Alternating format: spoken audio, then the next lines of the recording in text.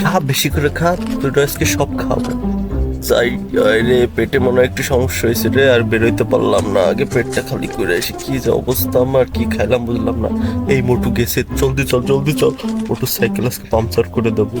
মোটু সবসময় আমাদের সাথে বেয়াদবি করে, আমাদেরকে জ্বালায়। আজকে মোটুর বেকেমন লাগে, কষ্ট করে কয় চল চল। কি করলো আমার সাইকেল? আচ্ছা, বুঝতে পারছি। যাই, আজকে তোকে খবর আছে, আমি বুঝতে পারছি আমার সাইকেল এই অবস্থা কি করছে।